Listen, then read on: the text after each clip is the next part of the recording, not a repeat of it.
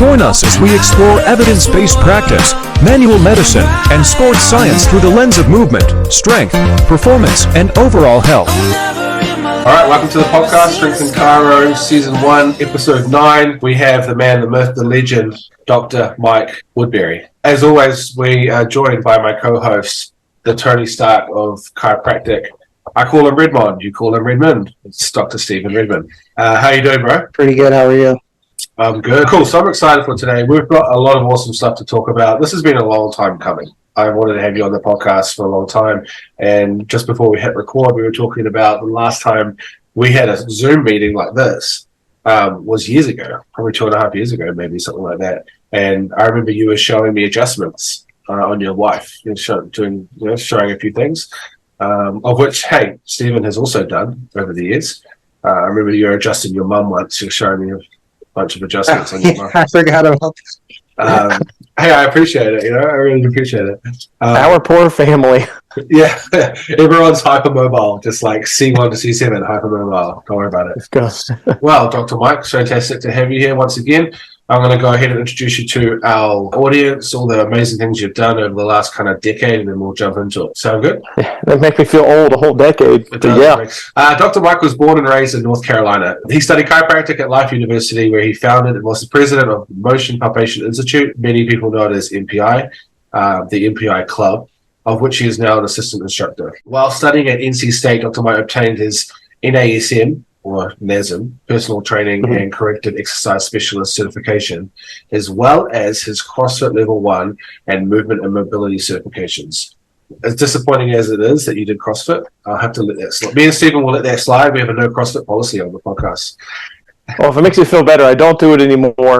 Oh, and fine. We'll keep you on. Well, I also, and this is important, around that time 2012, 2013, I also had 3 pairs of the finger or the toe shoes, the Vibram or Vibram toe shoes. You know what I'm talking about? You could not claim that you were not, like, if you didn't have those, how could you be functionally fit if you didn't have toe shoes circa 2011 to 2013? No, I did not have those. Movement and mobility certifications. Practicing as a personal trainer with a specialization in rehabilitation. He spent time as an injury moderator for Hybrid Performance Method, where he corrected technical performance and assisted people in rehabilitation exercises. These days, Dr. Mike and his wife, Dr. Shelby, own their own chiropractic clinic called Power Chiropractic and Rehab, where they serve their community, making them stronger, faster, and more better. When Dr. Mike is not working, he might be caught rolling at his local BJJ club or getting a BJJ club, or playing with his 100 pounds. Okay. That's staying in.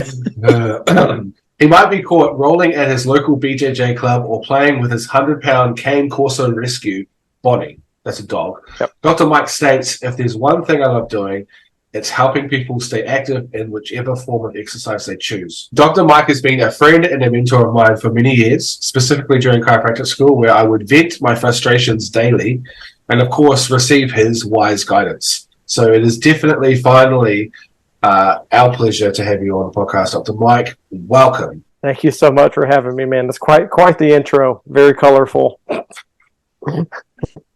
Yeah, man. Has been a long time. I mean, about 10 years. So it's 2023. I got my NASM certification in 2012. You're a smart dude. I remember when I first started talking to you. It's probably 4 years ago. No, something like that. You would just like blow my mind, some of the stuff you'd say. I remember listening to your podcast, and I was just like, man, far out.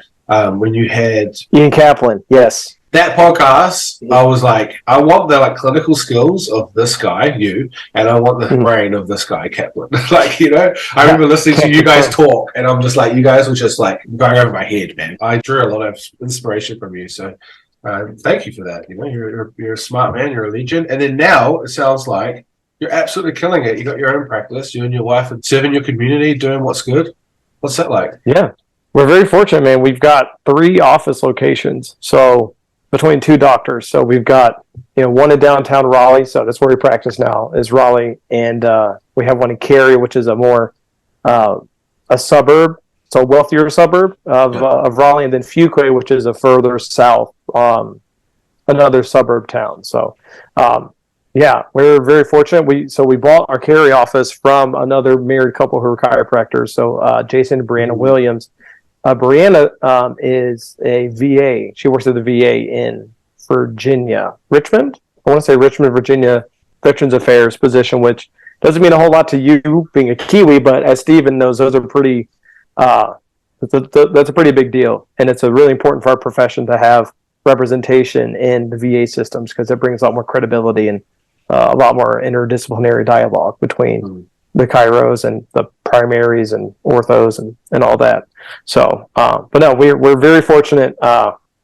When we started the practice, Shelby started the practice in May of 2020 in a gym that was open illegally at the time due to the pandemic restrictions.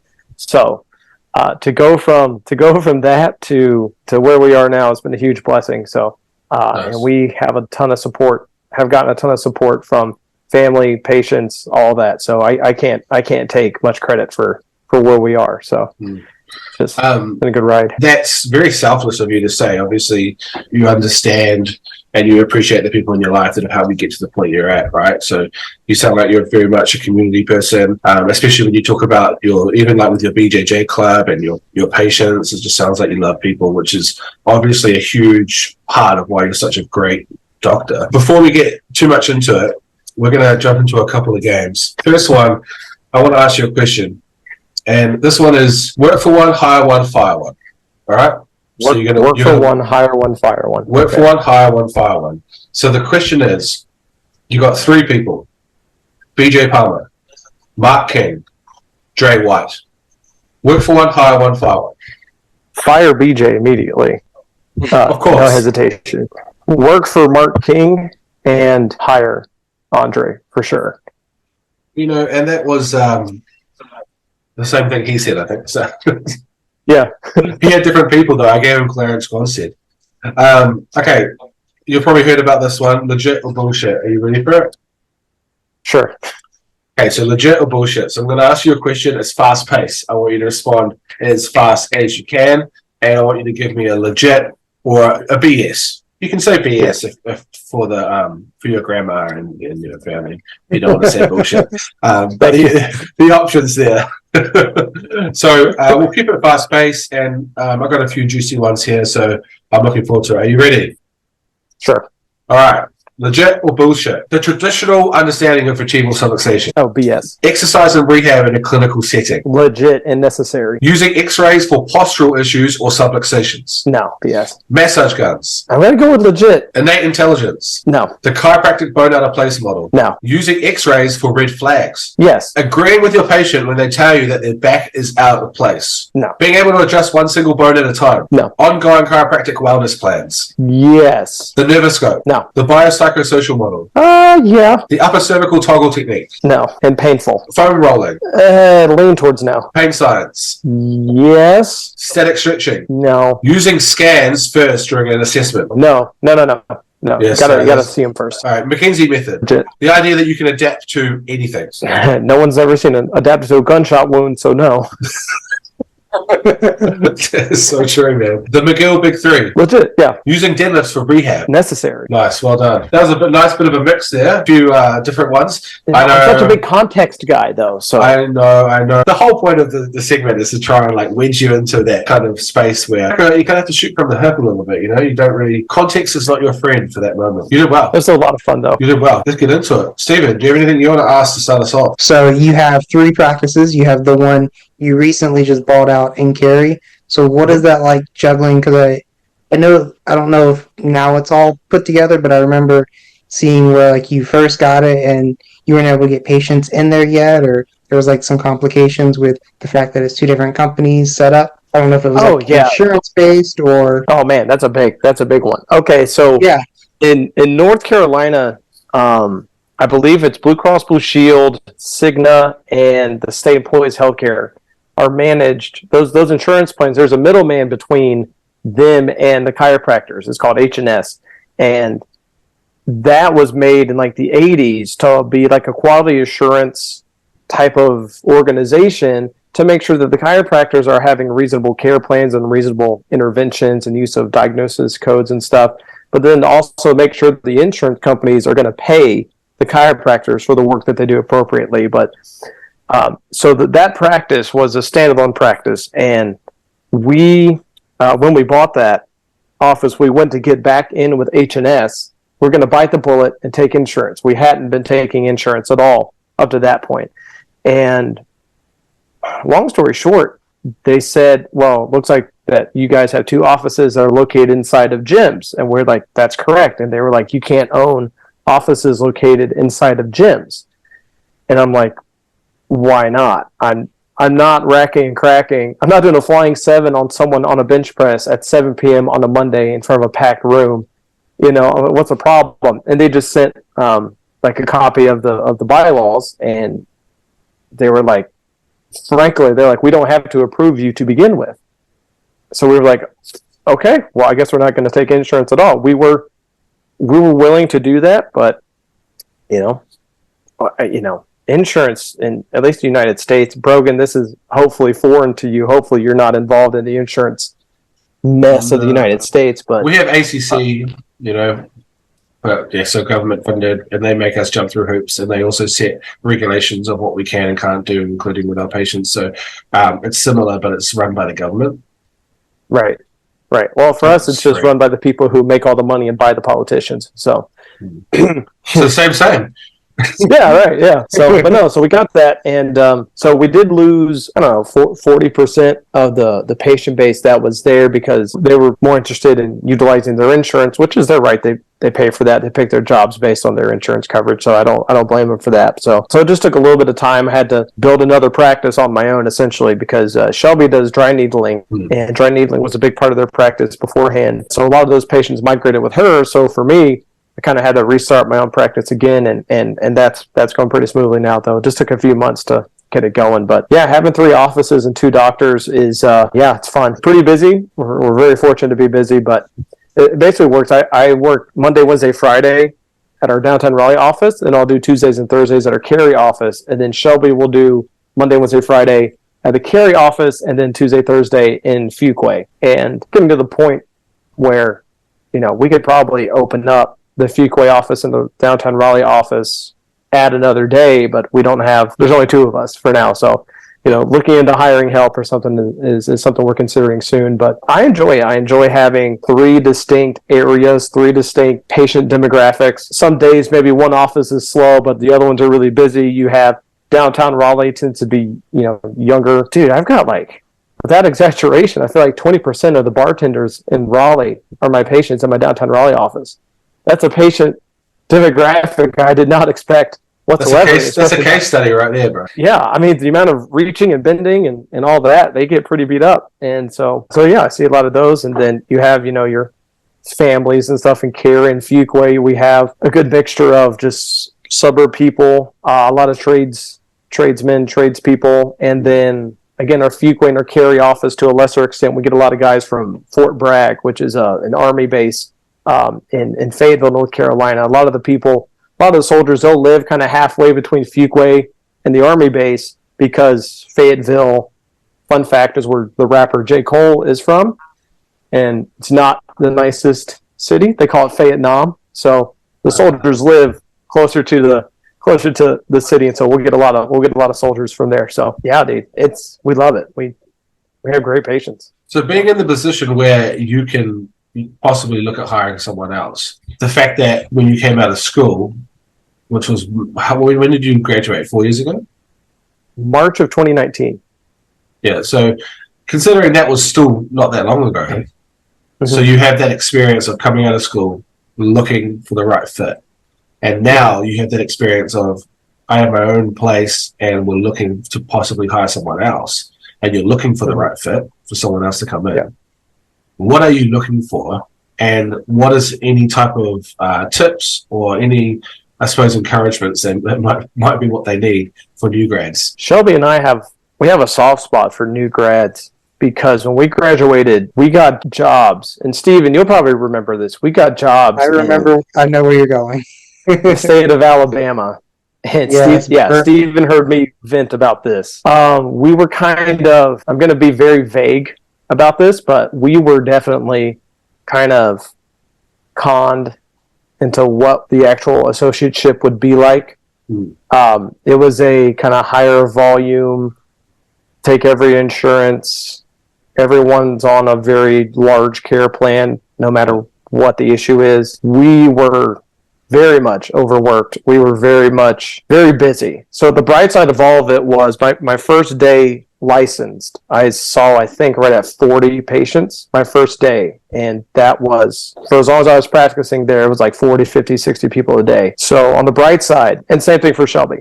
In fact, she actually was busier than me because of the location she was at. So we were very much overworked. The bright side is you get your rookie mistakes out of the way very quickly when you're seeing that volume. So caught all kinds of things between Shelby and I. We caught strokes, AAAs, disc infections, diabetic neuropathies that were getting pretty bad. Yeah, so we had that experience. It's a common theme that I've been picking up in terms of some of the Facebook groups I'm involved in. I often see people anonymously posting, being like, I'm in a bad situation with my associateship. I'm in a bad situation. I need help, I hear what you're saying. Like, you're like, okay, you guys had it rough. But then you're like, oh, there's the positive, right? Looking at Steven's situation where, like, you have a place that you love to work at, and then you did the high volume thing in the weekend, or you did the high volume thing in one day a week, as does Dr. Dre. Would you suggest that as a strategy to other people?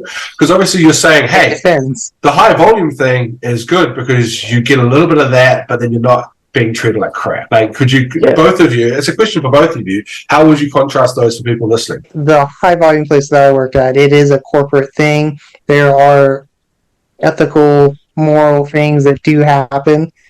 Whereas with Mike's case, it's more of a franchise type thing, and there's not so much oversight. It's just chiropractors buying in, opening up something, and going through a script. So with where I went through, I think it's a great idea. It does, like, I was seeing 40, 50, 60. The most amount I saw a day was like 78 a day. That's a lot, man. It is a lot. Man, but it allowed me to really fine tune not just my adjusting skills, but also my communication skills, my patient management, because I didn't have much time with the patients. I had to only get the most pertinent information out, and it turned my longer visits in my private practice into what felt like a 2-hour visit, because I had so much more time to connect with the patient, to make things, like, to make connections with them, with what they were thinking, what they were going through, where I would not have probably picked up on as well. I know one thing I struggled with in chiropractic school once I got in the clinic was coming in as a massage therapist. I was used to spending up to an hour with the patient, but then in the clinic setting, no, you're not supposed to spend up to an hour. I mean, it's one thing if you're waiting on your clinic supervisor to come over. That's a completely different story, though. But your exam's supposed to be done in a certain amount of time. You got a timetable to do things, and so sometimes I just felt like I wasn't getting things done quick enough. We have Matthew coming on the podcast, and he is a physician's assistant or doctor's assistant, and he's McGill trained. On his website, it says he spends 3 hours with his patient for the first one. And we know that number is consistent with what McGill does. For both of you, how long do you spend with your patient? How long is your first assessment? So first time you see them, how long is that versus your normal one? Once we've got through that, it'll be awesome to obviously hear, Dr. Mike, your opinion on what Stephen was saying. My initial visit is typically either 30 minutes or 45 minutes at max. It just depends on what they're coming in for. Yeah, I was going to say our initial session's an hour long, and then our follow-ups are almost always either 30 minutes or an hour. We do offer like a 20-minute, I don't want to call it a flying 7, but we just have so many patients from the practice that we bought who were used to more of a session that moves quicker because they were on the insurance model, and that has its own constraints. So we do offer that, but for the vast majority of people, I'd say most of my sessions, whether they're initial or follow-up or maintenance, which is another thing we'll talk about too, because I do maintenance style sessions, those are all mostly an hour for me, and Shelby is a good balance of half hour to hour. So good times. We spend quite a bit of time with people, and our price point is very competitive, as everyone tells us. There are massage therapists who charge more than me and Shelby do, but part of the process of growing. So, but no, we definitely try and have a lot of time. I'd say for my exam, the most important thing that I do is a history. I find when you work with a lot of athletes, you tend to see the same MOI generally. And so it's like, well, was it a deadlift, was it a squat? You're heavy squatting, heavy benching, and you can't get your elbow out, so your elbow's going to get hot. Just things of that It's nature. like migration of force. Once you kind of understand the basics of biomechanics, you can kind of, with the history, you can get pretty far. One interesting thing is what you talked about, management plans and wellness plans, because that is a little bit of a hot topic with chiropractors and non-chiropractors looking into the profession. Real quick on the times that people use with their patients, the president of when I was a first year, came in and was gloating about how he has a multi-million-dollar business and he sees his patients for 2 minutes. He says he hires a really competent front desk person to talk. He said for a long time he had people he hired, assistants, to even do the x-rays, but he got in trouble. He had to find a way where he can just come in, watch them do it, and then push the button, but get the person to do everything else. But before that, he got made to do that. He had them doing that. He had the front desk people. He had a lovely area for them to wait. He had magazines, nice music, make them feel comfortable. But the time with him was 2 to 3 minutes. He said when they did a survey, they said that they were with him from 8 to 10 minutes. They felt like they were with him. In reality, they were with him for 2 minutes. That is, I don't know if I'm impressed or mad, probably a bit of both. Obviously, I find that unethical personally. That leads me to my question on wellness plans. A lot of chiropractors will come out saying, look, if I can't get you better in 6 weeks, I'm going to refer you on, or I'm going to let you do your own thing.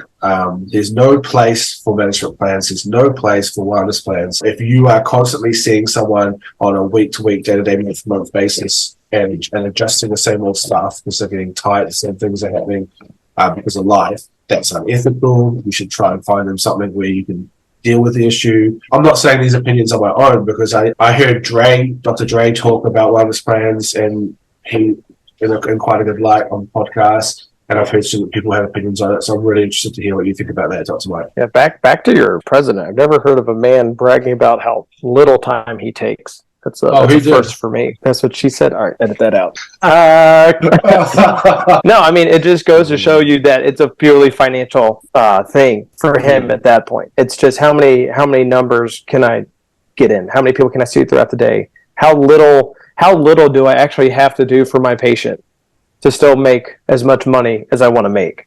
That's just what that comes across to, is me. I mean, people find the weirdest things to brag about, but I have a bigger issue with people who try to predict the future. So if you ask any of my patients, almost never have I planned more than one session out, because I don't know how the body's going.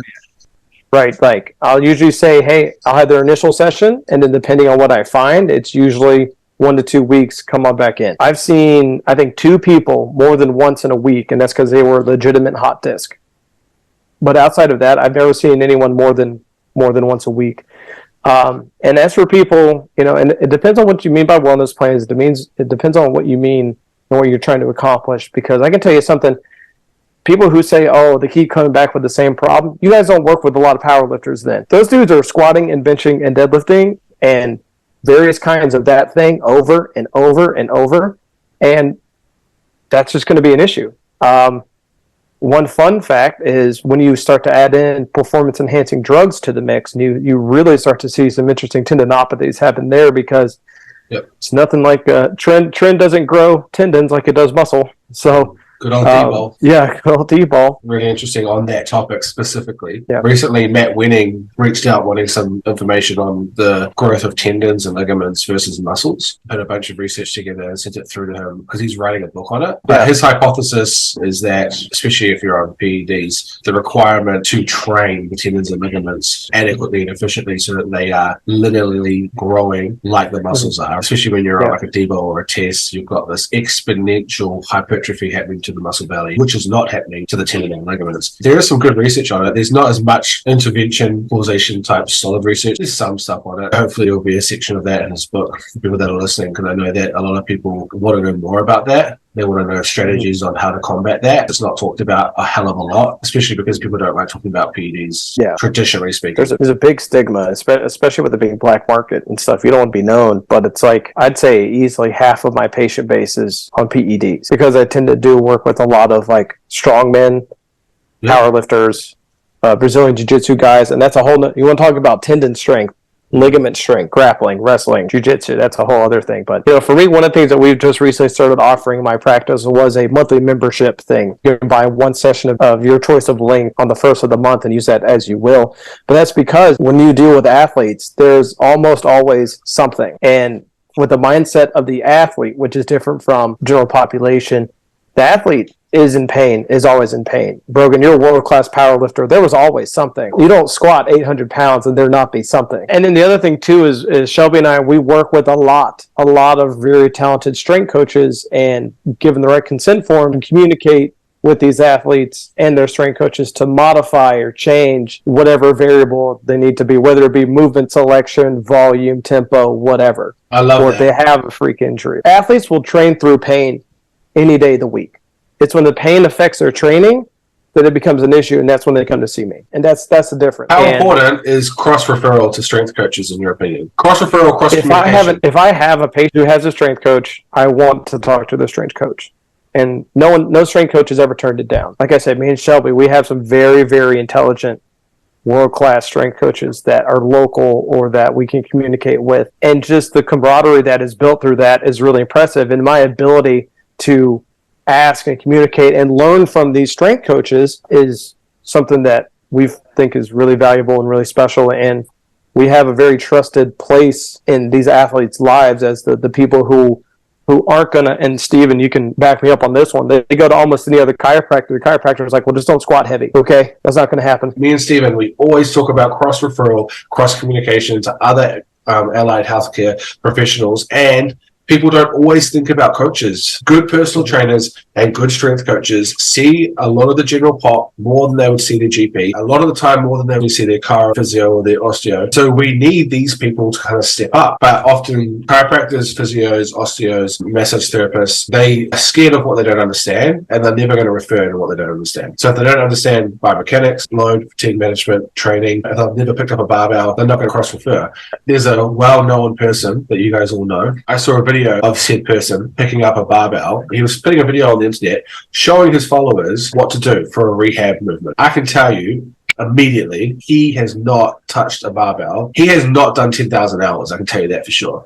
There's just a way that you pick up kettlebell. There's just a way, right? When you've built up that adequate stability, coordination, proprioceptive information, in and out information, you move a certain way when you pick up a barbell, a kettlebell, a dumbbell, if you have that experience. And for someone that shits on other people, attacks other people, claims to be a know-it-all, I was like, dude, you call yourself a rehab specialist, and I can see you don't know how to squat, you don't know how to move a barbell, you don't know how to move a dumbbell. He was uncoordinated, he was awkward. That's something that takes time to learn how to do that shit, you know what I mean? You're right. I mean, I've noticed the same thing. And then like the grappling world, and I'm only a blue belt in jiu-jitsu, so I'm like, what was that, consciously incompetent on the scale of things? You can put your hands on people and know that they've never done anything.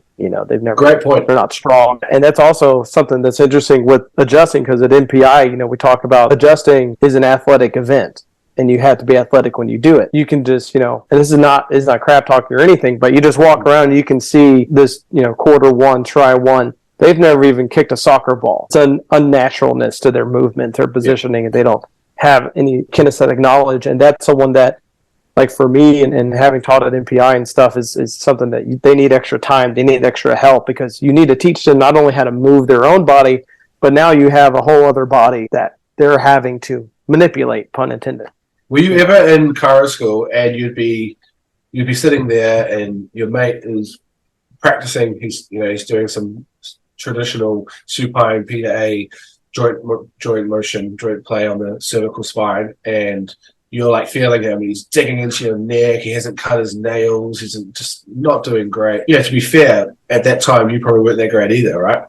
And then the mentor comes along, just the way he picks up your head, you're like, that's not my classmate anymore. Like their kinesthetic awareness, their movement, the way they lift their hands, you guys would be exactly the same now. Even the way you get someone into a side position. I was watching Steven adjust. Your clinic was putting up videos on their TikTok, and I was watching some of the stuff, and I'm not used to watching people adjust like that good. It's the same like when I see your stuff, Dr. Mike. I'm like, I'm not used to seeing people adjust that fast. What I am used to is seeing people jam for sets, be slow, punch people in the neck, people twisting torsos, jumping on people. You just don't see high quality adjustment. That paradigm, man, as soon as you start rolling with someone, if they're there or not, right?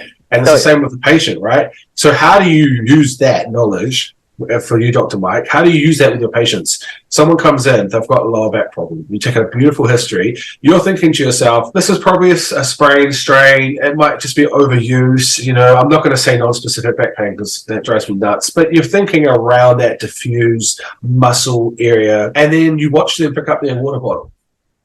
You watch them get on the thing. You watch them bend over to put their shoes back on or take their shoes off. And boom, straight away you're starting to see. They don't know how to load the posterior chain. They don't know how to hip hinge. They don't know how to move their knees. There's no coordination in the system. How do you, when do you start looking at your patient? When do you start assessing your patient's kinesthetics, their movement, their biomechanics? When they get out of the chair, do they grunt? Do they get off to one side? How many dad noises do they make? You know, I mean, things of that nature. Do they drag a leg into the office, or I'm so used to seeing athletes who have movement, comprehension, and know how to move and do things, and are strong and robust that when I get so flustered when I see a general population person, and it's what do you? Can't stand on one leg? What do you mean? You can't do Rombergs for 30 seconds? Come on. Yeah, right. That's so funny talking to Dr. Dre about it, man. He's athletes, he's they can fake anything. Yeah, oh, for sure. Yeah. I mean, with athletes, it's more I'm not worried about what can't they do. I'm okay, how are they compensating? I love that. That's and with that, it's how do you? I need to watch them move.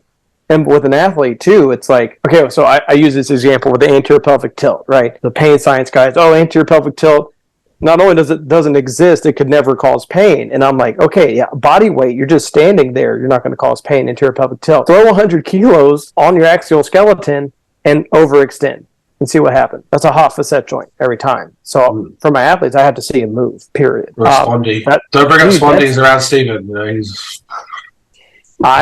I'm very familiar with Stephen Spondy. I've touched Stephen many times in the past. Okay, okay. See, I'm all the way over here in New Zealand, and I'm missing out on the connection. And a little bit back with the skills of adjusting, there's not a week in my practice goes by I don't see someone over 300 pounds, right? Because when I deal with the power lifters and the strongmen, you have to have finesse. You have to have finesse in your adjustments. Period. Side posture, thoracic, cervical. Brogan, I'm not going to jam you in the neck and get anything done. Surely on the fact of you've put 800 pounds right there before, and what am I going to, my fragile, 900. What is that going to do? That's true, right? And there's something to be said not only for acute loading, but long-term, consistent loading of improper movement patterns over a lifetime or over a decade or over 2 decades. And that's very similar to Dr. David Johnson's ideology around what he coined movement dysfunction being a core disease that many medical boards and systems around the world are not acknowledging being a fundamental and front-running issue, burden of disease worldwide. That's definitely going back to what I was saying, how you're looking at your patient and you're figuring out as they're walking in the room, how competent are they at moving, just in general. Some people have never learned how to hip hinge, never learned how to squat, never learned how to overhead press. And every time they bend over, they're migrating stresses down into the lumbar spine. Or like you said, they could be standing in extension, right? So it's over time, you're going to accumulate stress and it's likely going to cause a problem. So it's that.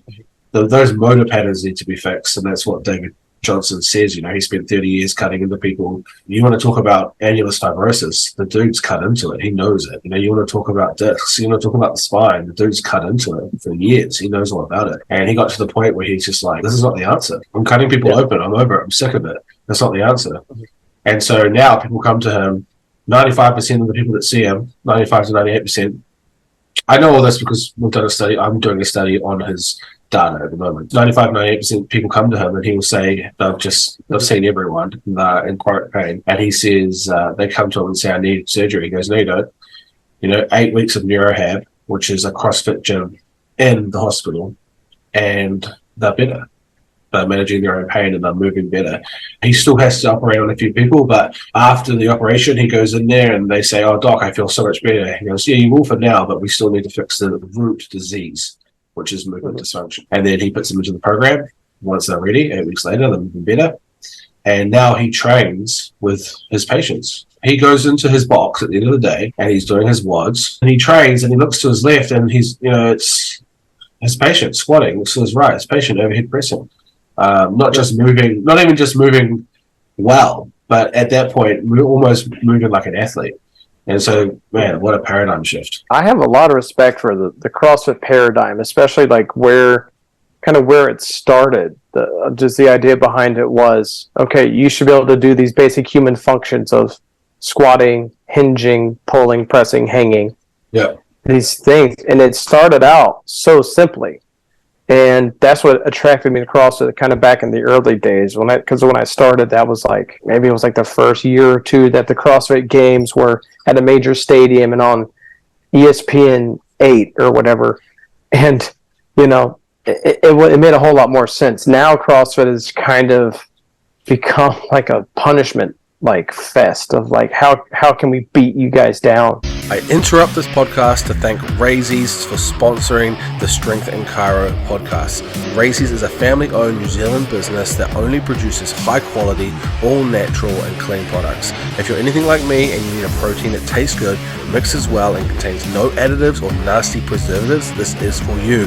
This protein is New Zealand-made, ultra-filtered, gluten and GMO-free with no artificial flavors or colorings. If you are an athlete or you love to train hard, it's essential that you get an adequate amount of protein. We would like to thank Raisies once again for sponsoring the podcast. You can get 10% off at raisies.co.nz. But where it started, and especially where it shined for just general population, just making sure grandma can do a wall ball is going to keep her living on her own for so much longer. Yeah. You know, and that's where I got a lot out of it. And that's why I kind of pursued the path that I did. And, you know, I was becoming a supple leopard was like something I read, you know, cover to cover like 3 times because I'm in school. Yeah. And, you know, I'm like, okay, how do I apply this? And I took so many of those ideas and was giving like self-myofascial release and things to patients. Like that was very, very valuable. And it still is to this day. Almost all my patients leave with at least one self-myofascial release because, you know, there's the gripe about the anti-manual therapy people or about the locus of control. And it's like, no, like if you can give a patient a lacrosse ball and some knowledge and they can modulate their own pain levels, what that does psychologically for the patient is amazing. And there is also research to back up manipulation that if you can modulate the pain for like a hot disc, if you can do a manipulation and they get some pain relief, even if it comes back the next day just as bad, the fact that you've showed the patient, hey, I understand what's going on and here's what we're going to try and do, and to prove my understanding of your condition, I'm going to take some of this pain away. That shows them that there is relief coming because they've had a taste of it. And that's something that's super beneficial for the patient psychologically. So all these people stressing about context pay so little attention to context. It's just baffling. Sorry. Manual therapy absolutely has a place in a clinical setting. I suppose even outside of a clinical setting, it's extremely important. Even if you just look at it for the fact that you can help someone feel better without an intervention that's going to require a knife through their skin or drugs in their body, that's absolutely incredible. So the anti-manual medicine people, you know, I really just don't understand. I'm all about active exercise. I'm all about movement patterns and stuff like that. But you got to have a few tools in the tool belt to help your patient. And I think really what you're saying is you want that patient to feel heard. You want them to feel like you've taken an appropriate history, but you're not just writing down a clinical history. You're talking to them as a human. And then you want them to be able to trust you to the point where if you can take their pain away in the interim, there's this whole new trust level. And I feel like having the ability to help modulate someone's pain in the short term is a tool that every practitioner should have. And you can do it in multiple ways. I know everyone here is a fan of high velocity, low amplitude thrust or chiropractic or osteopathic thrust. If you're an osteo, it's a grade 5 thrust. For osteos, you've also got grade 1, 2, 3, 4 mobilization articulations, which also have, if not the same, very similar clinical outcomes done properly. You've got the soft tissue stuff, the scraping, the needling, you've got the cupping, you've got multiple interventions that can help this person who's sitting on your table. You also require long-term strategies to get them to a point where they're going to have the capacity to not only heal, but then continue to move in a pain-free zone, right? A question for you, Dr. Mike. You're a great adjuster. You're fantastic at helping people when they're lying on your chiropractic table. You help them get out of pain. What are your strategies for keeping them out of pain long-term? Well, load management. Yeah, right? I mean, again, when you work primarily with athletes and active people, you build a relationship with the strength coach, and you tell the strength coach, hey man, lay off these tissues. Like, you got to back down the volume, and then we got to resensitize them. One thing that's surprised me, because I didn't see it coming, was I do a lot more coordination and balance type interventions. So more like single leg, a lot more things looking at, how do I say this right? I hate to say balance and balance, but rotational balance. So like I like to say, like, I work with like the anterior and posterior oblique slings, because where you have that heavy axial loading and you have an imbalance in rotational capacity or strength or range of motion to one side, that rotation underneath axial load, whether it be deadlift or squat, can be a pain generator when you're dealing with high-end loading for the patient. So like, guys who their back doesn't hurt when they squat until they got 405 on the bar. Yeah. And you look, and that's where there's a little bit of rotation, because there is that compensation.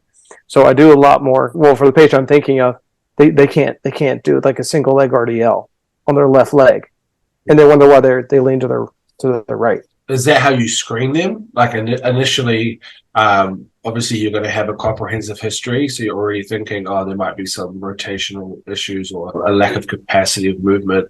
But how would you actually hands-on screen them in front of you to confirm that hypothesis? And then how would you treat them accordingly? Well, it kind of goes back with hybrid. I did a ton of stuff watching people move, and there is something to be said about a trained eye. And that almost goes back to the manual therapy thing. It's like all these people who are against manual therapy thing. I've never met anyone who was good at manual therapy who also didn't use it in their practice. I've never met anyone who hated manual therapy that was actually good at it. I don't know. Maybe there's a bias there. Anyways, moving on. There's a correlation. Maybe weird to think, oh, I suck, so most other people must suck at it too. But no, to go back at it, it really is. There's a trained eye watching like the barbell movements, and then how I would screen it, I'd simply have them do like hip airplanes. I'd have them do like the clock drill. I'd have them do single leg RDLs. I'd like suitcase deadlifts, because there's one thing. Suitcase, if you like unilaterally load them, on one side it looks great, and then the other side they have a wonky hip shift, or they have like a knee dive in, or all kinds of movement deficiencies. So I will challenge them. I will challenge them in an anti-rotational way. Yeah. Heavy banded Palloff press, things of that nature, right? Where they're just like, oh, this feels fine. You turn them around. This feels really weird. This is what you'll hear a lot. Another good thing I've kind of in practice, that people look at me and they say, how'd you know that? And I'm like, when you go to squat, does it feel like you can't ever get your feet underneath you evenly? And they're like, yeah. And other people, they have no problem. But to that person with a rotational imbalance, they're like, yeah, I can't ever get my feet underneath me evenly. It's context as well, right? And with me, I had a lot of rotational problems for a long time. And I got to a point where I fixed those. But I had to make, depending on what side of the spectrum you want to look at, whether it's a maladaptation or an adaptation, I had to make meaningful compensations, because I figured out I had a short anatomical right short leg. I broke my femur when I was 5. When I figured that out, I was like, oh, interesting. And so for a season, I was unwinding a lot of the compensations, because I thought, oh, this is great. I remember doing Jordan Shallow's hip program and trying to fix something. And I eventually landed.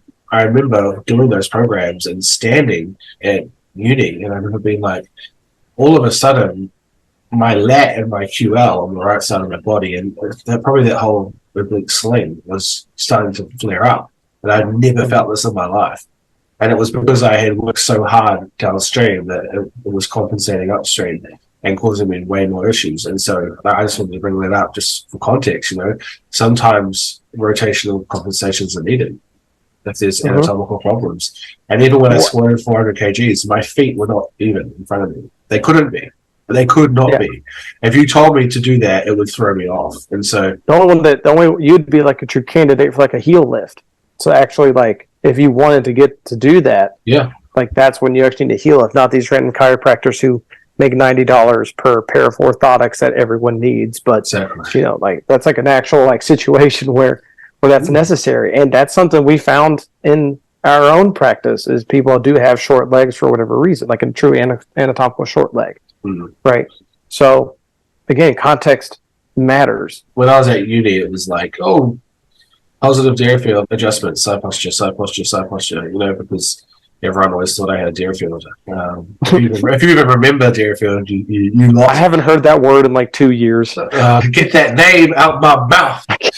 I haven't done a listing since I graduated, since part 4 actually.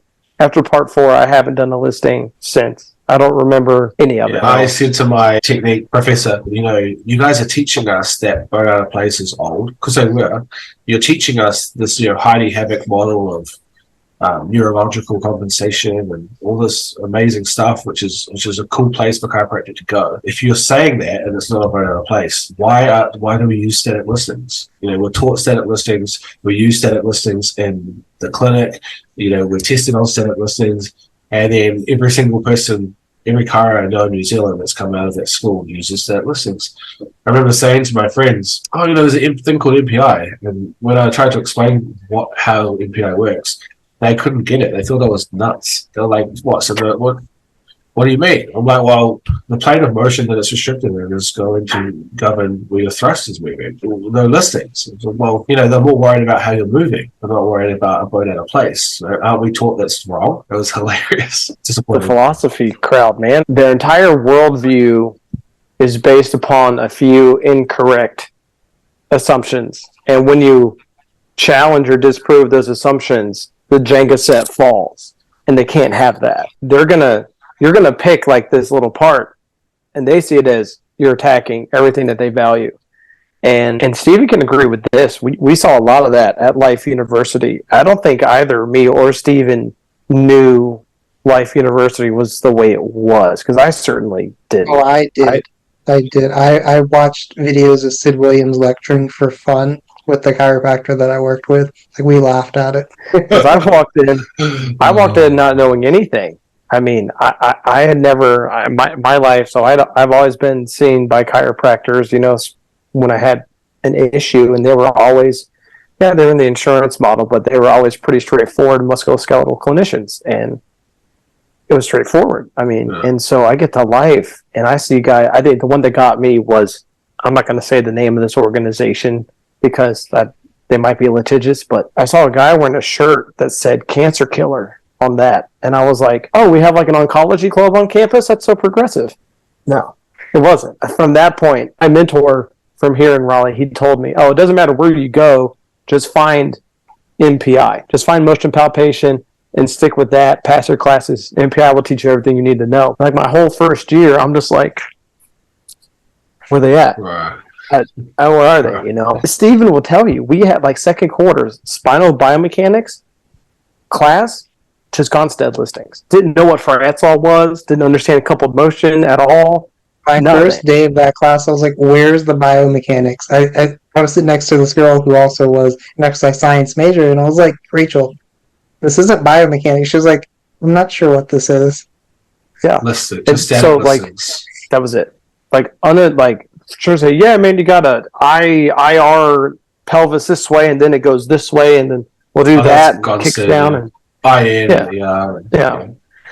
And so I still remember it all very well, unfortunately. We did a whole upper cervical paper, and I remember doing my test, doing my exam, and I walked in, and they're also similar, right? ASR, ARS, ASRP, ASLP. And I remember the teacher goes, okay, I want you to do a toggle for an ASRP. And what she meant was an ARS. It was slightly different, right? But a big difference on how you set up. And I started setting up, and she's like, that's wrong. It's like, in the test, she's like, oh, she didn't say it's wrong, but she goes like, and I stopped, and I just started sinking, man. I went down the sinkhole. I was just like my brain went to goo-goo, and my friend looks at me, Luke, who you guys both know. He was like, we called this tutor the Riddler, because said tutor would talk in riddles. And all he goes to me is, he just goes, Riddler. And when something like that, and I remember thinking to myself, oh, like, she's got it wrong. Like, I don't have it wrong. She said it wrong. And so I stopped, and I turned to her and I said, you said the listing wrong. And she goes, oh, I'm so sorry, I did. And she goes, I meant ASR, I set up and I did the toggle and I passed. And I remember coming out, and me and Luke were just like, we're laughing our heads off, just how ridiculous it was, the fact that we had to do static listings, but on top of that, how close these listings are, and to the fact that even the teachers teaching it get it mixed up. To the point where you might adjust someone completely in the wrong way. A tutor said to me, "Oh, you might get the listing wrong, adjusted wrong, and they're still going to get changes and feel better." He's like, "Innate intelligence." I was like, "Spirit fingers." That's a whole nother form of nihilism right there. How different is it to say that nothing works and everything works? Steve, you remember Alex Deister, Mustang Sally? Yeah. She is the one. I had nothing to do with this. She brought Corey Campbell from MPI for a seminar, just randomly, and I was like, "Oh, here they are!" And that weekend changed my life forever. I mean, I was not only is Corey Campbell like one of the funniest, like most genuine people you'll ever meet. He's, in my opinion, the best adjuster on the planet, and it's probably not that close, you know. And just a little like the little 2-hour lecture that they do to break down the science of what's happening. It was the first time that I've been presented with the scientific basis of what we do, and I was blown away. And I told him that weekend, I'm like, I'm going to bring MPI to life. I'm going to be a rep, and I'm going to take it to life. And he looked at me and he's like, "Good luck, bro." That was it. So, but you managed to do it. I cannot believe they allowed you to do it. Yeah, that club is still going strong. Yeah, you said one thing, didn't you said that it was like the club was about motion palpation, as in like what they tried to, like God said motion palpation, when in reality it was obviously MPI. Yeah, no, I lied to him for sure. Yeah, see, I tried that, it didn't work. We got told that our package was the best package in the world, and that I shouldn't be worried about other styles. I went to Dr. Croth. She was in charge of like the club. We really got to help these second and third quarters with their palpation skills, because when you get the student clinic, they're not that great and all that. And she gave me the thumbs up. And I picked Dr. Mark Amos to be staff representative or whatever. And Dr. Amos, he's our neurological diagnosis instructor. He's got a diplomate in neurology. He teaches, in Life University, there's a class called subluxation theories, which is an innovation of all theories of luxation out there through the history of everything. He teaches that with the neurological bent of what we're doing. And he's like, motion palpation is correct.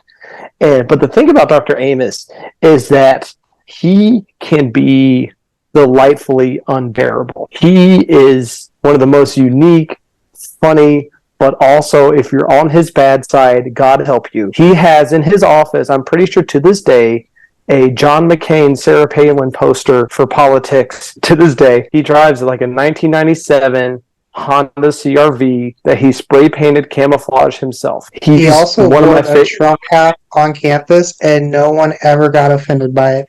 People of all sorts of backgrounds still love the man. But the reason I picked him was obviously he was brilliant, but second of all, if any other faculty member wanted to poke their head in during club, he would look over his glasses and be like, "Get out." That's perfect. They wouldn't say anything. So, and to this day, I'm pretty sure he gives like the neurology talk with MPI Club there. Now it's been years since I've been there, obviously, but like our neurological diagnosis instructor will teach the neurology of what's happening, and he's one of the first people I sent your PhD to. But what's super interesting too was I was trying to teach this club, and I was sitting there in the back of student clinic watching Corey Campbell's online videos, knowing damn well I cannot do a seated CT junction adjustment, and I'm about to go try and teach it. Knowing damn well nothing was happening. We started, and I'm super, super thankful that we've had just a long line of not just reps, but also the unsung heroes out of the officers that have kept that club going to where I think it's like the second or third biggest club on campus in any given quarter. So it just shows that there's still a thirst for evidence-based understanding of things that even at Life University, and it just became a haven for students who are evidence-based. You know, people like Steven, Drew, Peter, Abby. There's a lot of people who told me, they're like, I would have dropped out if there wasn't MPI on the campus, because they're a lot like you. It's like they tried to, they didn't have that resource or that group of people who were evidence-based, and they just had to deal with the BS all on their own, bro. Like, that sucks. So I'm very thankful.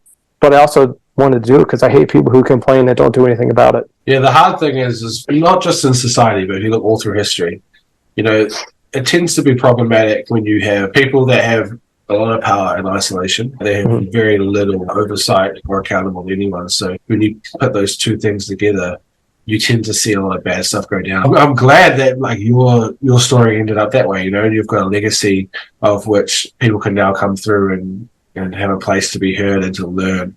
And people don't need to be a part of a profession they don't want to be a part of and hate, or get forced to sit through and be miserable. They have that refuge of the MPI club. So that's definitely something to be proud of, man. So well done on that. I wish we had it's more credit to all the people who came after me, because I was only there for 1 year and it's been going strong here. So, as time goes on, I become less and less important to the success of that club, that organization. So it's really a testament to the people who have stuck through it and continue to pass it along. What would be your 3 tips for someone who is wanting to start their own clinic? Start small. Don't price yourself out of people who are nervous or willing to give you a try. And don't be afraid to do what you need to do to survive outside of your clinic. So meaning like working at the joint, for example. And we kind of touched on that earlier. Nothing will drive you to make unethical business decisions like not knowing how you're going to feed yourself. And a lot of people, so we touched about the wellness plan.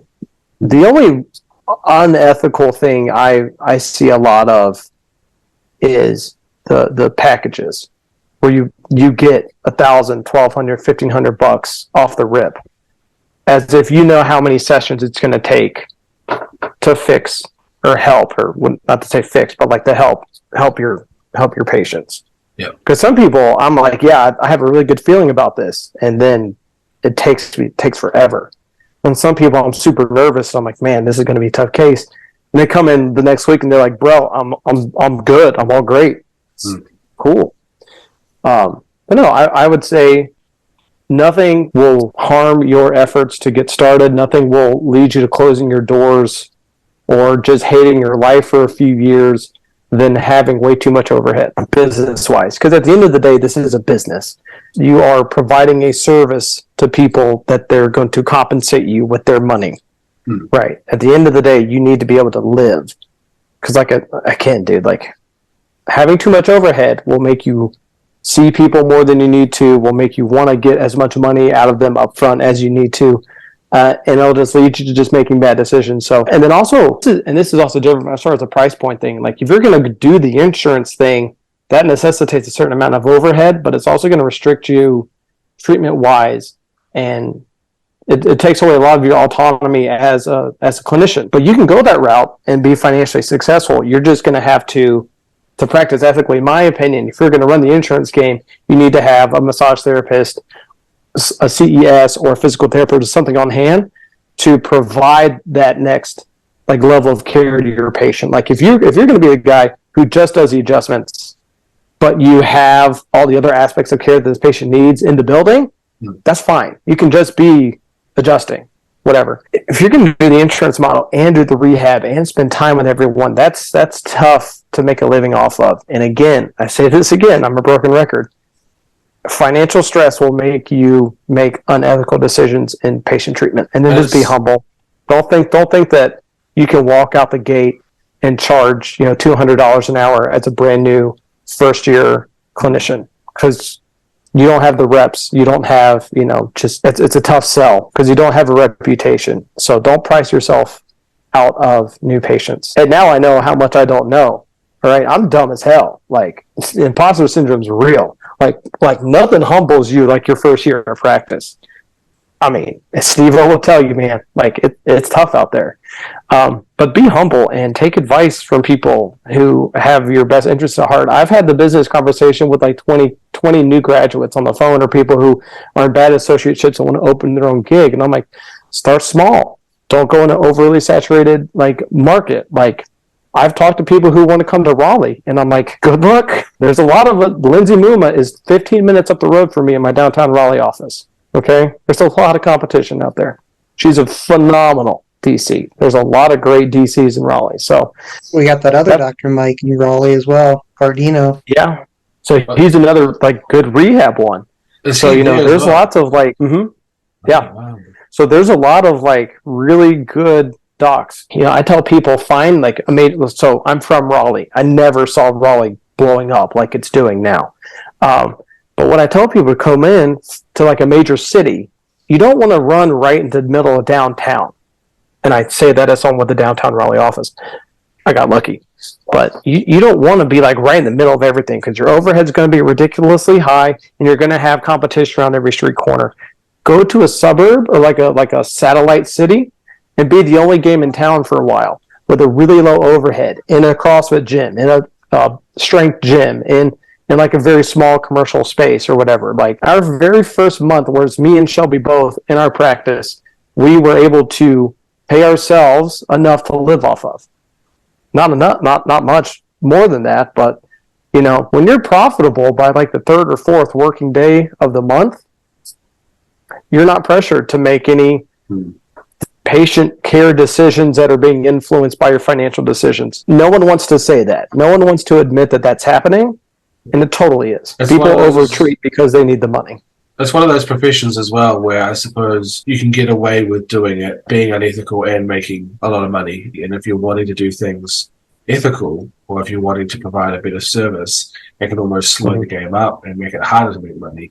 And so it's just one of those kind of paradigms where it's a little bit different than other professions, especially with chiropractic, where they will traditional chiropractic will tend to focus on things kind of outside of just getting better. Like they'll be like, oh, we're restoring nerve flow, or we're restoring innate intelligence. They'll try and get curve. Focus. Yeah, or postural curve, and they'll use X-ray analysis to kind of coach you through it. But it's kind of like they're giving you parts. It's giving you something to kind of believe in because you might know it should be getting better. But I know that's, like Luke said to me the other day, he goes, sometimes I'm getting ready for a review session with your patient where you sit down and you review how they're doing for the last 6 weeks. And he's like, sometimes I'm nervous because they haven't gotten any better. He's like, how do I ask them to come back for another 6 weeks? He is restricted to doing traditional chiropractic therapy, and he will occasionally hoon out the back into a back room and have them doing McGill Big 3 or working on coordination or stability because he actually wants them to get better. Another friend of mine put together a pamphlet on core stability. It's very one-dimensional, but it's better than nothing, and he gives it out to every one of his patients, even though he's still at chiro college, right? He's still doing clinic, but he just wants them to like get better, and he just finds that what he's doing is not doing that. And so, it's like one of those things where it's one of those professions where you kind of can get away with racking and cracking, being maybe less ethical, but kind of making more money. As that probably wouldn't work with anything else. It wouldn't work if someone was coming to you for food and you're giving them shit food, but they're paying you more, or you're getting more customers. It wouldn't work that way. But as long as you sell them the right wellness model, as long as you get that chart out that has the line of compensation and where you are here and how you get better, and this is where we want you to get, but you're not going to notice anything. At first, you're not going to notice anything at all, but it's going to be happening. But it's because you're under the line. This is what they taught us to say to people. And you're pretty much just getting people to pay for no results. If that happens, we know the power of spinal manipulation. We know that, it's not a specific practice. So if someone's got an issue and you're firing into the thoracics, you're likely going to probably help them because cavitations are great.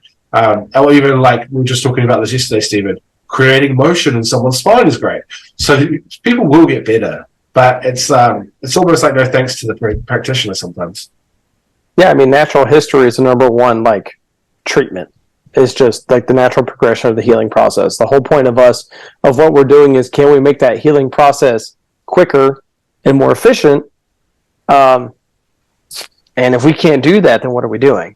But then there's also, how do we make this not ever happen again? So there's a short-term and long-term, right? Everything I do in the short term is to make the healing process better, and there be less pain for the patient in a non-pharmacological way. A traditional chiropractor believes they're fixing long term because they believe they're restoring nerve flow and they believe they're restoring innate intelligence right? And the nerve mental impulse. Traditionally, philosophically speaking, the mental impulse itself is part nerve impulse, electrical conductivity through the body, and it is part the universal intelligence, which is literally in the spirit realm, is the easiest way to say it. That's what the Green Book says. That's what we were taught in philosophy. And so that they restoring that in their mind, they're doing long-term care based on my PhD, which was looking at spinal manipulation on athletes. I would disagree. I'd say spinal manipulation is more of a short-term. It can have long-term effects, don't get me wrong. I know we talked a little bit about rehab before. A, would you say that traditional chiropractic is short-term? And B, what are your strategies for long-term? In traditional chiropractic model, if you just have like a basic just hot facet joint in your cervical spine and you actually get the adjustment you need 3 times in a week and you do that for a month, yeah, it'll probably speed up the healing process. What does that do for you long-term? Nothing. You're out of pain now. What does that look like? Are you going to like re-injure it? Are you going to have an understanding of what's happened to you? Are you going to have methods or strategies to handle it yourself if and when it does happen again? No. Exactly, yeah. So their strategy is we're restoring mental impulse, nerve flow, conductivity to the body. That's long-term. Because we don't believe in that. Yeah. Doesn't every chiropractor that's going to claim to be evidence-based going to have some knowledge of rehabilitation, as you both do? Yeah. Pretty much, eh? Stephen? Yeah. Yeah, unless they want the patient to go somewhere else. Oh yeah, of course. Yeah, which we just talked about, right? With referral, like if you can refer. Like if you want to just adjust, it's fine.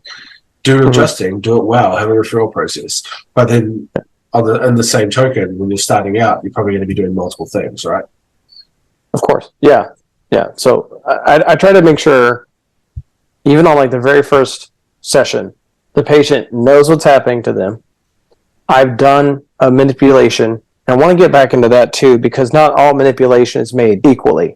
Stephen will tell you an MPI manipulation is way more effective and way more long lasting than just making cavitations. But all my patients, I try my best, and I don't always succeed. Sometimes I fail, but they understand what's happening to them. They get it adjusted, so their pain levels are better, at least in the short term. And they have things they can do that are going to help, like the myofascial release of some kind of stretch or whatever they can do. Because, sometimes a 65-year-old woman needs to just have a passive stretch of her traps because that's all she's going to do. Frankly, I was just talking to you yesterday, wasn't it, Brogan, about that new patient who's just here for work, and their chiropractor can't really do anything for them. If they have anything beyond the axial spine, they still just do the flying 7, and then they're like, yeah, that's it. No, that's not it. They have appendicular skeleton conditions that need to be handled, but not like just adjusting the spine is not going to fix that. That's all the insurance will reimburse for. So. Every time you lay out, like Stephen will be like, oh, like this, I had a case like this, and this is what I did. Almost always, you've hit the restricted joints, right? But then it's always followed up with METs or PNF or some type of soft tissue or a pin and stretch. Like I'm always seeing that stuff in your treatment protocols. You've got some cool gadgets. You've got massage guns. You've got that warm vibration thing you can put on people's backs. Like you've got just certain things that make the patient feel good in the moment. And then on top of that, you've obviously got training. You've got an undergrad in exercise science, and as a massage therapist, and you can apply all these different modalities, right? So it's like this new school chiropractor is so different to the traditional chiropractor. The only difference is that traditional chiropractor is not in 1905. That traditional chiropractor is still around, and you're still getting patients say to you, Stephen, on a weekly basis, being like, yeah, I've been at this chiro, and they're just giving me the flying 7. I've never been to someone like you that actually does a history or an assessment and gives me the works. I feel so much better. And then there was that ACL, MCL sprain that I told you about earlier. I think it was last week. Like I adjusted him, but that was literally like less than a minute of care. The other 20 minutes I spent with him, we were doing balance coordination because he's walking around Charleston. We have cobblestone streets. We have slate streets. Like, you're going to trip and fall. If you have an ACL sprain, you need to be able to stabilize yourself. Yeah, I love so I spend maybe a minute of actually doing passive stuff. Then we spend 20 minutes teaching him how to keep himself upright so he doesn't fall and tear up his other ACL. hip fracture on top of it. And then what about red flags with you, Dr. Mike? You said you picked up some strokes. Talk to me about some of these red flags that you picked up on. I mean, it always starts with like history. I see one that I caught was young, hypermobile neck female was looking for a house at a house and was literally looking at the trees in the yard of a house that she was looking at and felt a pop and started having a TIA. Oh. And that was it. And then it presented like, classic, heavy throbbing, like, suboccipital headache and repeated TIAs and some like balance issues, like vertigo type symptoms, things like that. And it's all just screaming at you, just get out, go, get out of my office. You got to go. Like not touching you, not anything. I had one guy, a jiu-jitsu competitor, go a tournament, get their neck cranked pretty hard, and they have really bad neck pain. And I ask for any other weird symptoms, right? And it's like, okay, well, he doesn't have anything crazy. And I go up and I start doing my muscle testing. I do the biceps. I'm like, okay, cool. And like I'm thinking, in my head, I'm thinking just super bad sprain strain. So I do the biceps test. And when I go to do, hold your triceps, his arm goes. And I'm just like, oh, okay. And I try that again. And he's like, oh, that's weird. And like does that. And I say, hold. And it just falls. He can't contract his tricep whatsoever. And I'm like, completely flaccid, nothing, like no reflex. Gotta go. So surgery, like lower cervical, multi-level disc herniation with foraminal encroachment. Yeah, man, that's. I mean, I know you've told me a couple stories as well, Stephen, where you're like, oh, there's nothing happening there, or like reflex. Oh, nothing happening there. Oh shit. So when stuff like that happens, like if it's just like diminished like reflex, part of me is like, well, I'm a little cross-eyed. Maybe I'm just not hitting it right. And but muscle testing, you right. go like it's like if someone you're like, all right, yeah. I even had the guy do like this, and I was like, can you like hold out? Can you extend your arm? And he was like, no. So someone cranked on his neck pretty hard. Yeah, it was at like a high level jiu-jitsu tournament, and he was a competitor. So it was when you deal with athletes, and especially the jiu-jitsu guys, pain is just doesn't even like register. It's like that's just pain. And did you follow up with this guy? I sent him out for surgery. Yeah, I sent him out I didn't send him out for surgery. I referred him to his GP with my notes and everything. I was like, hey, like. I really think this guy's got a herniated disc, and he needs to be seen pretty quickly because, I mean, if you have no ability to contract your triceps, like there's something going on in there that's not great, and it's probably like splattered all over the nerve. Yeah, right. Just dude, that bone is pressing on it so hard.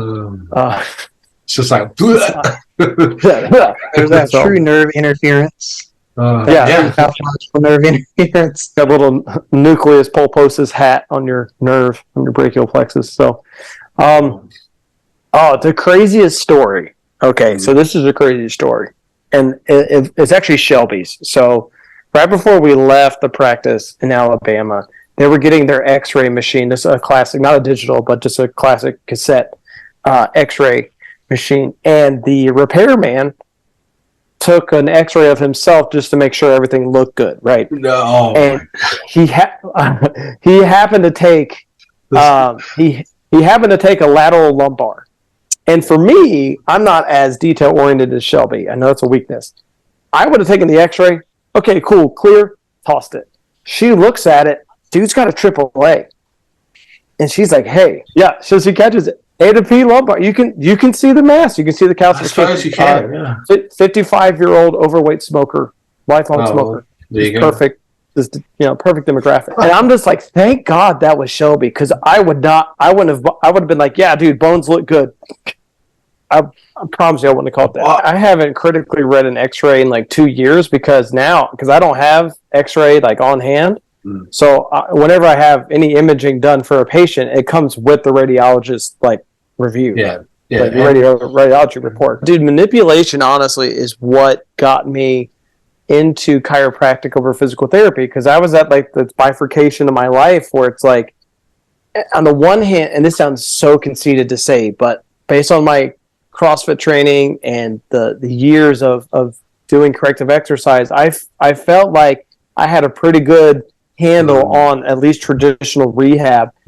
But I remember like shadowing my mentor, Dr. Schmid, up in North Raleigh, and I just remember this lady came in with a walker because she had hurt her back so bad, and she was in tears, about 45, 50-year-old woman. And she asked for privacy in the room because she didn't want some rando, college student in there while she was, in a lot of pain. Whatever, it's fine. About 10 minutes later, she walks out carrying the walker, pays her bill, and carries a walker out, opens up her trunk, chucks it in, closes the door. And I'm just sitting there like, dude, what the hell happened in there? What did you do? Right? And that's what did it. I was like, I can't read that in a book. I can't get those skills. And it was just lumbosacral manipulation. Walked out. And this is something, too, because the balance between clinical and research and all this stuff, it's pretty often, dude, I have a lot of one-and-done patients because I typically work with young, in-shape people where I'll do the manipulation, like they have a jacked-up neck, whatever, sprained neck, for example, or low back, a hot lumbosacral facet. And I do a good counter-nutation kick pull, and they stand up and they're like, oh, that's it. Then we do everything else. But I'm like, okay, come back in a week. And they come back and they're like, yeah, I feel great. You did it. Right. Like they're healthy enough for you created that modulation. And within the period of modulation of pain, they healed because they're that healthy. 100% symptom free. And I'm like, well, I don't even need to see you. So I guess I have a long lunch break today. Yeah. I mean, manipulation for general pop is definitely short term. For the deconditioned person, it's short term. For, anything not super serious, it is short term. But in certain populations, dude, you can, if you do a really good manipulation, and I say good manipulation because just making noise is rotary breaks, like that, you're just making noise. It's manipulation, and that's what gives manipulation a bad rap. But when you do like a thorough examination and a good manipulation through restricted planes, like that's a super effective intervention, and it can have really significant, long-lasting effects. Can I claim that for every patient? No, because the research isn't there yet. We're trying to quantify things we can't properly qualify. Because what do you mean by manipulation? Do you have some first-year, straight out of school physical therapist who had 2 classes on manipulation? Or are you talking about Corey Campbell or Mark King? Exactly. It's a world of difference. It's exactly the same with any of our studies that we've got on lower back pain. People want to take this static stance on static lumbar positioning, like flexion and load. They want to either vilify it or they want to glorify it based on studies where you have ridiculous variables that we can't account for, such as the variables of what they did beforehand, the variables of hormonal differences, of what they've eaten, how it changes, previous injuries, genetic makeup. At least sleep's a huge thing. So if you can't account for the variables, it's very, very hard to make a case, and that's when you end up just having a lot of population studies or case series mixed up with some RCTs, and then you just making a hypothesis. But the interesting about the adjustment is exactly what you said. Based on your clinical experience, a high quality adjustment is better than a low quality one. Do we have research to prove that? There's some low evidence out there. Do I believe that's true? I do actually think that's true. But then obviously we do have information showing that specificity of adjustment is not actually that important. So there's like multiple things to take into consideration. You can't, like you said, have a first year jam up someone's facets or versus say Corey Campbell and publish a paper they're going to be 2 different papers, but in black and white, it's going to look the same. So the variables are just almost impossible to account for. So hopefully there'll be more research on that. And, I would like to see the MPI method actually looked at a little more seriously, because I think thrusting into restricted areas is probably the most bang for your buck, but we just need more information on how accurate an MPI guy can be, because obviously we haven't looked at that. Well, how do we standardize the data across all these studies? We can't. So it's kind of... Yeah, and most of the manipulation research is all PTs, and we know that PTs don't get a lot of training in manipulation, so it's going to be equivalent to what you get with like a probably new grad chiropractor or even a early clinic chiropractor. like My chiropractic experience, students. we're looking at second year chiro student. I'm being Like, nice. most PTs. I'm not Yeah. being nice. There are a few outlier physical therapists when it comes to manipulation, but dude, the stuff I see on social media is There's definitely It a few hurts. people on social that make me cringe. I was discussing this with Giles from OMT, the Osteopathic Mhm. Manual Therapy School, and obviously he's an osteo, but he's all about finesse. He's world renowned for his adjusting. He's actually one of the osteos that are just really good, and he goes around the world teaching people how to do it. And he was saying to me just yesterday that he will find himself doing grade 4 mobilizations and getting the same clinical result. Like if you've got someone who comes in who's scared of the thrusting, there are people out there that are so good at mobilizations they can get almost similar or the same clinical outcomes, which is really hard for chiros to hear, because I know chiros, when I was at chiro school, I laughed at mobilizations. I got told that you're just wiggling the joint and it's going to go back to being fixated as soon as you're 15 minutes later. It's just joint play. Yeah. And that you And have to mobilizations thrust. are in the scope of practice for literally any musculoskeletal provider, like even massage therapists. They're taught mobilizations. I taught them mobilizations. It's in the textbook. Yeah, and You do want grade 4 mob. a good grade 4 mobilization can do a lot, Steve. You can free up a lot of stuff. You can modulate pain. You can absolutely affect someone's perception of their pain or disability with those mobs. So I would love to do a study where we can start to really dig into the differences between a grade 4 mobilization and an HVLA, mainly due to the clinical outcomes, because even saying that, you guys would probably all agree with me that any chiropractor with his salt would say it's not about the cavitation. Correct. Yeah. So there you go. If you're thrusting into someone and they're not cavitating, is that a mobilization? I know it's a high velocity thrust. I guess, yeah. I guess technically, I guess it would know be. Lynn Fay would say it's a mobilization if there's no cavitation. But it's just interesting when you talk to someone like Giles. He wrote a book on it. He sent me the PDF. He goes, I'll send you the book on it. He wrote a whole book on mobilization over adjustments. And this guy's known worldwide as someone who teaches spinal manipulation. Like he's known for his finesse over force. That's his saying. Yeah.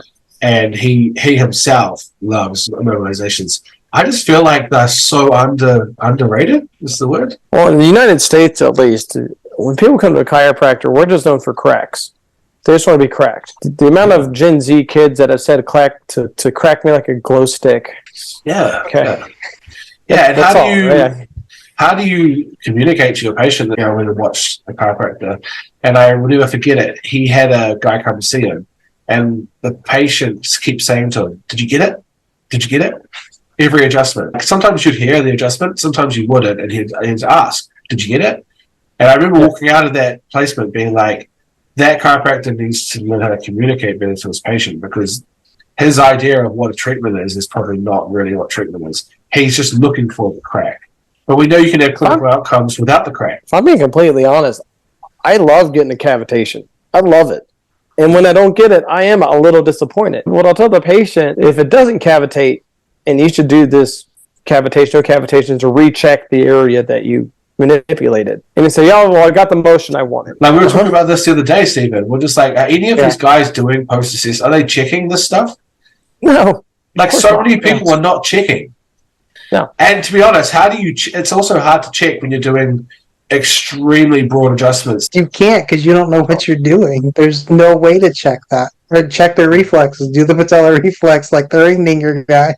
Or if you do everything the same, how do you differentiate your outcomes? Maybe we can segue into that as saying like why social media in the rehab physio chiro space is so unbearable. It's just like a cheesy 1980s high school movie where you got the bullies and they're shoving kids into lockers or whatever. Mm-hmm. It's what it feels like, man. I don't know what is up with. I think you Brogan, you're the one who told me about the Andrew Huberman quote where he's like, "This is like the most like toxic pit of vipers he's ever seen." The memes, the grading, the everything. It's just. Yeah, he talks about it on the Joe Rogan podcast. He talks about how physios are the most like toxic kind of group out there. I think he said physios and nutritionists. Maybe I might be wrong, but the general gist of it was that they have given him a hard time. And then I saw that clip posted on said physio's account, and he was like gloating about the fact that he was on Joe Rogan for that reason. And there's multiple people like this, but in reality, at the end of the day, what they're doing is they're spreading negativity and they're attracting negativity. So the people that follow them are just as desperate for it as they are desperate to be heard. Unfortunately, many of them don't have adequate clinical skills or even reputations to go with it. It's a pretty obvious thing that maybe you should stop being so nasty to people. And for some reason, people are so fixated on certain things, like static position of the lumbar, for example, that they will literally rip into you. I'm talking memes, attacks, bullying. I've had people threaten my life. I block them, and then I've had them come back 3 times on burners. And I know, and like, you imagine what Dr. Aaron goes through. Squat you, like, he goes through it, man. Like, so it's really disappointing that we see these I should say healthcare professionals stooping down to this level. And what we need is, I feel like we need the health boards to do probably a better job being aware of what their people are saying. You know, I understand freedom of speech, I understand all that, but there comes a point where, you know, if you're under a healthcare board, you can't just say what you want. That's different. Yeah. You have freedom of speech. Just leave the profession, then say what you want. Because if you're going to be a healthcare professional, you can't say what you want. You can't absolutely destroy people, bully people. It's really disappointing to see, and there's a few front runners, and I'm just doing what I can to put out good information, but some pretty nasty people out there. And I want no part of that. And another thing too is that I don't really have the time or energy to do that. Like, I don't know how you do it, but I'm like, well, Dr. Aaron does it. He works. Well, that's part of he's like monetized. So from like an objective business point, he's monetized social media in a way. Yeah, so but he still works 40 to 50 hours in the clinic, and then he works social media on top of that. And then he's doing studies with people like myself. We're working on articles, studies, videos. He's traveling. Like, that is insane, you know, to see that level. But I know we've talked about it before, and the thing is I don't want any part of it either. But what I do want a part of is trying to put out a positive message and trying to challenge some of the more negative stuff when we can. And in order to do that, like, we do need people in our profession that are going to represent some positivity and some reality of what is actually happening. And so, like, I was like, cool, like, I'm happy to put my hand up, but then you get so much heat. Part of me is like, it's not worth it. Yeah, and that's where I'm at. It's not worth it. Focus on my clinic. I don't know where these people find the time. Well, they don't have successful practices. Yeah, there's no way that's my they're assumption. actually managing patients. I'll put it this way: if they're doing all that and they have a busy practice, then they must be a lousy spouse. I'm going to start doing like a rehab series specifically for jiu-jitsu guys, like, or whatever. Like, Shelby wants me to do that. I'm like, bro, I just want to sit on the couch and watch my dog take a nap. I don't know. Like, I'm just tired, man. And that's why I'm happy to come on here with you, because you're putting the work in. You're actually doing the thing, right? Like, we're doing it. Exciting times, man. I've got a piece of paper next to me, 15 studies on the go, probably more, and they're getting published regularly. We've got a lot of exciting stuff coming up. Hopefully we're going to have an article published in some pretty high-level papers. It has taken a long time to get to that point, but no, it is exciting, bro, and it's a different part of medicine. You know, like, it's not necessarily the clinical stuff, but it's just as challenging, just in a different way. It's awesome, man. There's the random connections that are it's just amazing. With social media bringing people together, like, we're all like on different side of the world, and we're able to just meet with, talk to, work with, you know, all that. I mean, in a lot of ways, yeah, social media is amazing for stuff like that. Talk to me about the College of Functional Movement. Is that what it is? Yeah, College of Functional Movement Clinicians. Originally, obviously, Dr. David Johnson's idea, his thing. He has joined up with Dr. Locke, so the other directors, officially. And there's a few other people involved as well. And I'm currently on the faculty as head of research. For people that are listening, it's the idea that we are officially putting it down on paper and research, on social media, on every platform. We're officially naming the disease movement dysfunction. Like, I know there's been traces of this in and out over the last decade, but, you know, really officially being like, okay, this is not just an issue, this is disease. People are moving wrong. and that's causing injuries and issues and degeneration and arthritis and arthrosis and problems. Once we can identify that is an issue, we can identify that the fix or the cure, as David says, is movement proficiency. So it's teaching people how to coordinate and how to control their lumbar spine, right? As much as I hate saying it, their quote-unquote core. It's really just having this idea that people need to learn how to move efficiently, and there's not enough clinicians out there that can even spot movement dysfunction, let alone teach movement proficiency. And so we have a course that is right now only in person, but it will be online eventually at some point, I would imagine, where we are going around and trying to educate clinicians and therapists what to look for and what to implement to bring people out of pain in the long term or capacity, get them back to doing what they love. And really this has been birthed from David's frustrations of cutting into people and seeing people get better short term, but then adjacent disc disease pops up, the segment above or below begins to lock down and have problems because the root cause was movement dysfunction. The root cause was not the disc. The root cause wasn't, anterior cage or pedicle screws or whatever he had to do to fix. He didn't fix the root, he just fixed the symptom. And so really it's that ideology in a nutshell. And so there's some really cool people on board. I've been very, very fortunate to be tasked with kind of the idea of pushing research forward, and Stephen helps me a lot. I bounce off him a lot. He's involved with a lot of the research as well, which is fantastic because he does peer review, so he's really well versed in all that. And it's just been a learning curve of what we need to do and how we need to do it. I have a big spreadsheet, and we just have multiple step plans on how we're moving forward for the next kind of decade, really, how we're going to make our mark and how we're going to hopefully change medicine. I would like to say worldwide. I know New Zealand's small enough that we can do it here, Australia possibly too, and see how far we can go with it. Does that make sense? Yeah. Well, you've got two guys on the East Coast right here in the U.S. that are willing to That's the beauty of it. So. That's the beauty of it, man. There's Absolutely. the connections of social media. Dr. David loved getting to know Stephen when we were on the podcast. He thinks he's great. And we got to talk to him for a whole podcast. Hey, Steve. And it was, it was really cool just to hear. I think Stephen said we're 3 people in 3 different countries, and we all identify the same problem with healthcare. Isn't that just crazy? Like, you've got a GP willing to prescribe drugs. You've got a surgeon willing to cut first. And, you've got chiros willing to adjust first. You've got physios, you've got exercise physios, you've got all these people doing their thing. I just don't feel, we definitely don't have enough people who are educated in movement.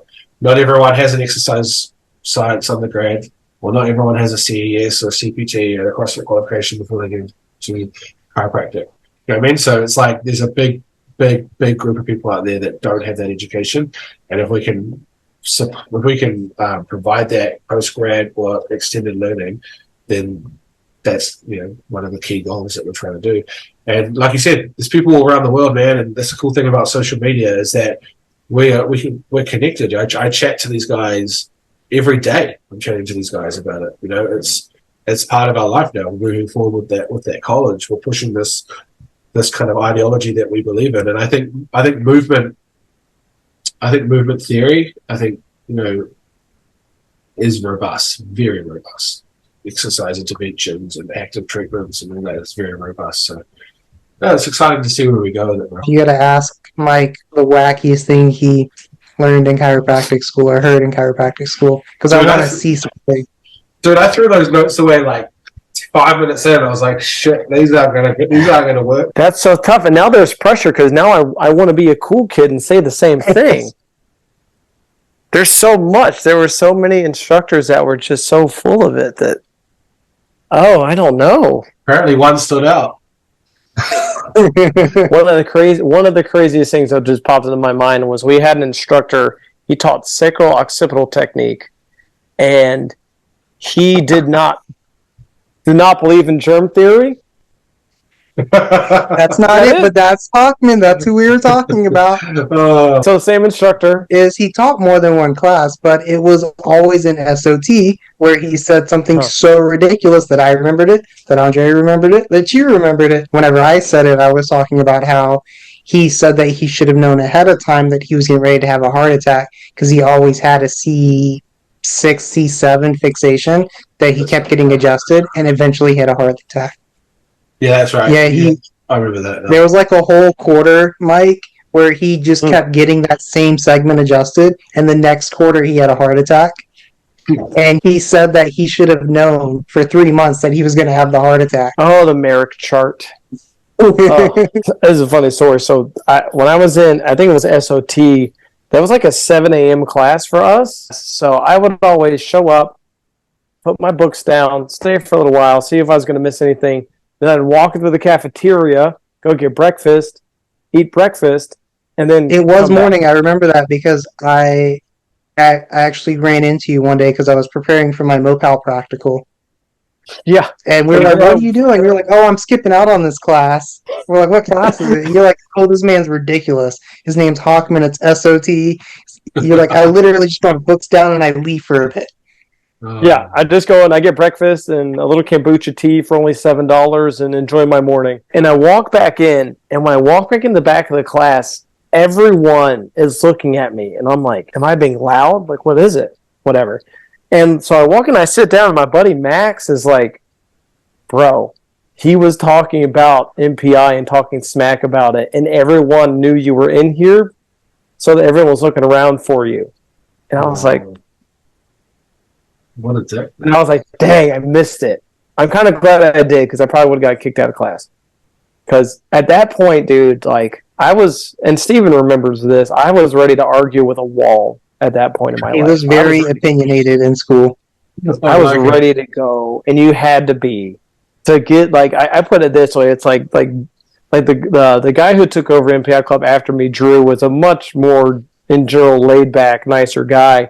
But you had to kind of be a bit of a force to get a beachhead, you know what I'm saying, to then expand. So I had to really be kind of aggressive to even get us a spot and grow the club and really, you know, niche myself, which means stepping on some toes for sure. But to really niche yourself to get a hold and then grow from there. I would argue with him all morning.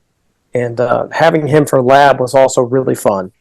And he knew I did not care one bit about this technique at all. Because I had no idea what I was doing. He literally just walked me through it. We had to take OBGYN and urology classes because I think in like I want to say it's California and like Oregon or something, like a West Coast state. Chiropractors can legally Oregon. I don't remember the other one. Yeah. But chiropractors in a couple states can give birth and perform pelvic exams. Not sports physicals. Actual pelvic exams. So we had to learn these. Can't they do surgery in Mexico or something? I wouldn't be shocked. I don't Minor know. surgery in some places. I've definitely read that. Yeah. In Oregon and I think New Mexico. I know in Oregon you can. Like, they literally like get a suture kit and learn how to do like sutures and stuff at University of Western States. Dude, I love what I do, but my profession as a whole, bro, there's just so much. It's growing, right? It's growing. I think the younger generation is generally better. I think we're getting more and more evidence-based in the boomer generation, but like, and Steven can back me up here, at least at life, the people who are really into the philosophy and innate intelligence and stuff, they truly to their core believe it. Like, they're not... They eat, sleep, and breathe it. They're not lying to their patients. Does that make sense? Because they believe it's true, so they're not consciously lying. They're just wrong. Steve, you know this? It was radiology Carter, Dr. Carter, the DAC Yeah. And we were talking about central stenosis, and he said, you know, as long as it's within reason, you know, the safest way to do this is whatever cervical adjustment you're going to do, just do it in flexion. Reasonable, right? Well, there's a girl who was this super, super gondroid. Like, raised her hand and was like, but you can't adjust the spine. I've heard this story. Wait, what? And I didn't hear it from you, but I've heard this story. Yep. I'm trying to remember her name. I can see her face, but I can't think of her name. I'm not going to say any names. But I can see her face. I know what you're talking about. But like, she was just like baffled. She was like, what do you mean? And like, he was like, yeah, just do it in flexion, just lateral bend and flexion. And she's like, what do you mean lateral bend? Well, for the Gonstead world, every adjustment is a PDA extension, right? And clearly, if you have a patient with central stenosis and you extend them, and then thrust, you are doing great insult to the spinal cord. Why you insult? You don't do that. And it just couldn't, and like... It is a great insult. She couldn't comprehend, like, what are you talking about? And, like, he had to patiently explain to her why everything she knew about biomechanics was wrong. Like, hey, in reality, this is what you need to do. Like, in your belief system, working on your chiropractic student friends, you can just ram P to A on everything all you want. But in reality, when you have a 75-year-old Medicare patient with stenosis, if you do this, NCMIC is going to have to call you. Yeah. Steven, you get that reference. So, yeah. It's malpractice insurance. I picked up on that. Yeah. So he just like had to deconstruct that, and just like I said, you pull the bottom piece of the Jenga set out, it all comes crashing down. Honestly, though, I don't pick on Gonstead that much, just because Steven and I went to a campus where people literally did like tonal healing, Reiki, TRT, activator stuff. Like, at least they're motioning joints. Like, dude, I had to learn activator. Like the whole dance. So I got a life story to share with you, Mike. You probably haven't heard this story. Yeah. So there were some tonal people doing a rotary cervical on the desk or on the table in Bordini's lecture room as he walked in. And I've never seen that man yell before. Like, I've seen him get upset with us, but he literally yelled at them and told them how dangerous those rotary cervical breaks are. Mm-hmm. I still kicking. It was something. So Brogan, Bordini is a little 5 foot tall Russian, 2 PhD Ukrainian, but in the USSR. He's Ukrainian, but I feel you. He was born in the USSR and went to school in Russia, which is now part of now it's Ukraine, but who knows what the borders are now? I don't know. I'm getting the picture. Yeah. So he's a little teeny tiny guy, Eastern European, very aggressive personality, but also sweet as a grandpa.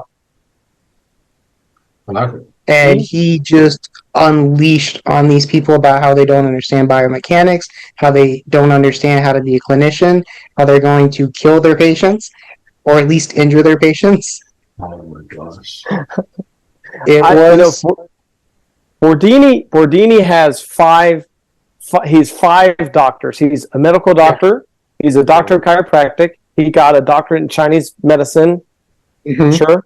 And then he has 2 PhDs in rheumatology. He is 5th quarter Path 1 is the weeder class of Life University. People leave the school because they can't get through that class.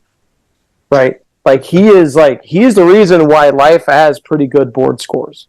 Because he writes, to this day, I'm just like, he writes the perfect test. The perfect test as far as understanding large concepts and the details within them. Like, it's like they're impressively difficult tests. And Steven will convert that. Like, Dr. Fox, the radiologist, his was like 80 questions. His is long. A mindfuck. Yeah, his tests were 80 questions long, and at least half of it were multiples, meaning, is it A and B, A and C, right. Like one of those things. I feel you. So, like, our X-ray, our DAC bar / professor was exactly the same. It must be something to do with those types of people. They're just very smart. The DAC bars, it's a competition between the DAC bars and is it DAC Ben, the neurology diplomates? It's like a constant like war. Who's smarter? Yeah, who knows the more big words? I find sometimes it's like you got to work smarter, not harder. You know, like some of those people will just work a lot harder. Like, I'm just like, yeah, I get it, but like a lot of your knowledge is probably like outdated, and I probably don't need to know that, and you're probably way too proud of the fact that you know that. But you never got that with the Bordini exam. He would make the most comprehensive question, and the answer choices you had to understand the pathology and the physiology to even appreciate the question. Otherwise, you're just shit out of luck. Pathology, man. That yeah.